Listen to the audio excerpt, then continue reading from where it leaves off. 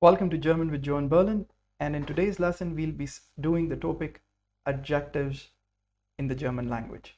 Now, it's very important to know that in German, the adjectives are declined. That means when we use an adjective in German, it depends on what type of a word are we using the adjective with. Is it a masculine noun? Yes. Is it nominative, accusative, dative? Yes, and it's also depending upon certain other factors like what kind of an article we are using the word with. Is it the good man, or is it a good man, or is it simply good man? So all these things pretty important and pretty interesting, and we'll be coming to them. But first, we'll just have a quick look at some of the general adjectives which are used in German. Yes, so be with me, and we'll first, in the first part of this lesson, get to learn these adjectives. In the second part, we'll try to use them in a sentence by declining them, as I had mentioned earlier. So let's get started. We have a table here, and it has some common adjectives. It begins with altmodisch. Yes. So basically, I could say, das ist ein altmodischer Telefon. Yes, that means it's an old style telephone. Aber das ist ein modernes Handy. Yes, that's a modern mobile. Perfect. So it's like old style and modern. These adjectives are written in pairs. Perfect. Then we have der Mann. Das ist ein alter Mann. That's an old man. Das ist ein junges Mädchen. That's a little girl, maybe. Yes. So alt and jung, old and young. Now you might see that I have been adding certain endings. Das ist ein alter Mann, das ist ein junges Mädchen. Why am I adding these endings is what we'll be learning in the second part of the lesson. So don't worry. Okay, das ist ein alter Schuh. That's an old shoe. Das ist ein neuer Schuh. That's a new shoe. Perfect. Now here we have, I hope you can see it. It's called, the adjective is called angenehm. Angenehm means pleasant. Yes. So as you see, it looks like a pleasant light. Yes, it's illuminating the whole room.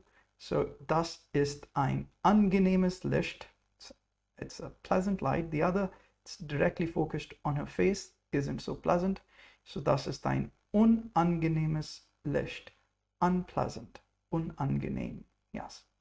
Okay, now we have this little adjective here, bekannt. Yes, it means known. And here we could say, das ist ein bekannter Mann. That's a known person surrounded by people. And here, ist ein unbekannter Mann. Looks to be an unknown person. No one looks at him. Yes. Now we have an armchair. It's called Sessel. We could say this is bequem, comfortable. Yes, bequem means comfortable. Das ist ein bequemer Sessel. It's comfortable chair.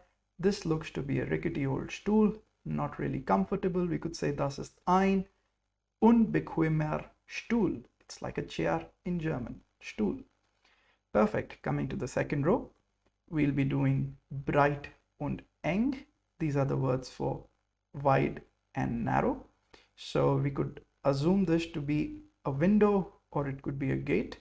Let's say it's a broad gate. Das ist eine breite Tür. That's a broad gate. This seems to be certainly a very narrow door, hardly makes a person fit in. Das ist ein enge Tür. Enge means narrow. Now, eng also has another meaning. If you want to learn it, it's close. Like, for example, he's my close friend. Ist mein enger Freund. Yes, eng is like close as well. Now we have another combination, bunt, schwarz und weiß. Bunt, it's black and white, we can't see it, but it's basically colorful. Yes, various colors. So here is a t-shirt. We could say, das ist ein buntes Hemd, or it's a t-shirt, ein bunter t-shirt. And here we could say, das ist ein schwarz-weißer t-shirt. That's a black and white t-shirt. Yes, perfect. Then we have a combination, dick, dünn. Dick is like thick. You could say he's a thick man. Ist ein dicker Mann, or a fat man. Dünn is like thin. Ist ein dünner Mann. He's a thin man. Perfect. Coming here, we have eckig. It's like square. Yes. Rund, it's like a circle. So we could say Computer, das ist ein eckiger Computer, that's a square computer. That's a round pizza, das ist eine runde Pizza. Perfect. Now here we have erster, letzter, first and last. So this always is used with definite article like the. Das ist der erste Mann, das ist der letzte Mann. That's the first man, that's the last man, because there could only be one first man, could be only one last person. So we need to say the. Then we have these ants working hard, carrying leaves. So they're called Ameisen in German, and they have this adjective fleißig. They are hardworking. So I could say die sind fleißigen, or let's say we have ants here, so we'll say sie sind fleißige Ameisen. They are hardworking ants, and this looks to be a lazy man. Das ist ein fauler Mann. Perfect. So again, a combination, lazy, hardworking and lazy. Now here we have two adjectives again. One is frei, the other is besetzt. Now frei basically means unoccupied. It has got nothing to do with free, especially in relation to money. Yes, that's another adjective. That's called kostenlos, if you want to know it. This is simply when something is unoccupied. So this is a chair, unoccupied chair. Das ist ein freier Stuhl. Here this is occupied. Das ist ein besetzter Stuhl. Perfect. Now we have two women here. One looks to be friendly, the other unfriendly. Freundlich, unfreundlich. Das ist eine freundliche Frau. Das ist eine unfreundliche Frau. Okay, we have two little girls here, and one looks to be happy, the other sad. We'll say das ist ein fröhliches Mädchen. Das ist ein trauriges Mädchen. Perfect. Now again, we have these combination froh und sauer. What's the difference? Fröhlich, traurig. Froh und sauer. Froh is basically glad. When you're glad something happens, yes. So it's not always used with a noun. It's used rather separately. I'm glad that you came. Yes. I'm glad we met each other. So it's a usage difference. Ich bin froh, dass du gekommen bist, or something like that. That I'm happy you came. So we'll work on it accordingly. Yes. We'll not use it with nouns mostly. We'll be using it separately just as an adjective. Yes. Okay, now we could also say sauer. Sauer is like something is bitter. It could also be used for a person. Das ist ein saurer Mann. That is a bitter man. Yes. Then we have früh und spät. Früh is like early and spät is like late. Yeah. So we could say this bird is an early bird, if that makes sense. Das ist ein früher Vogel. Yes. And that's a late moon. Yes, das ist ein später Mond. If that makes sense. Okay. All right, so early and late. Yes. Ganz und kaputt.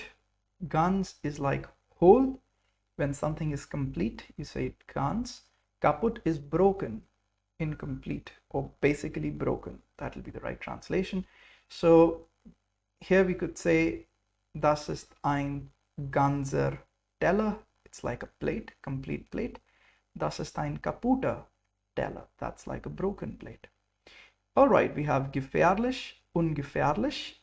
That means dangerous, not dangerous. He's playing a dangerous game, juggling knives.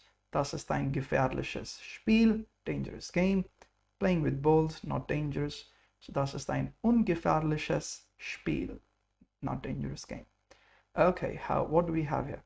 We have basically, it's like gemütlich, cozy, ungemütlich, not cozy. Das ist ein gemütliches Zimmer.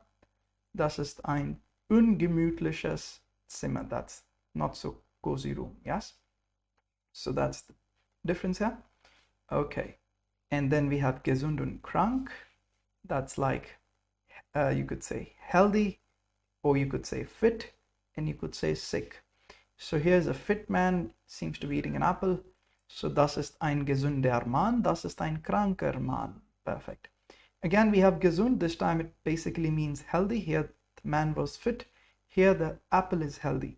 So let's say das ist ein gesundes Obst. It's a healthy fruit. That's a unhealthy habit. Das ist ein ungesunde Gewohnheit. That's a unhealthy habit, smoking cigarettes. Then we have glücklich, unglücklich, like lucky, unlucky. Das ist ein glückliches Mädchen. Das ist ein unglückliches Mädchen. Perfect. And we have groß und klein. That's groß is big, klein is basically small. Das ist ein großes Buchstaben. Das ist ein kleines Buchstaben. Perfect. Big letter, small letter. So we just went through some of the basic adjectives. We can of course learn so many. This was just to show you in terms of usage that we do add an ending to these adjectives. In the next part of this lesson, we learn how do we add these endings, and also we learn how to make superlatives and comparatives of these adjectives. So tune in for the next lesson. Until then, this is John Berlin signing off. Take care.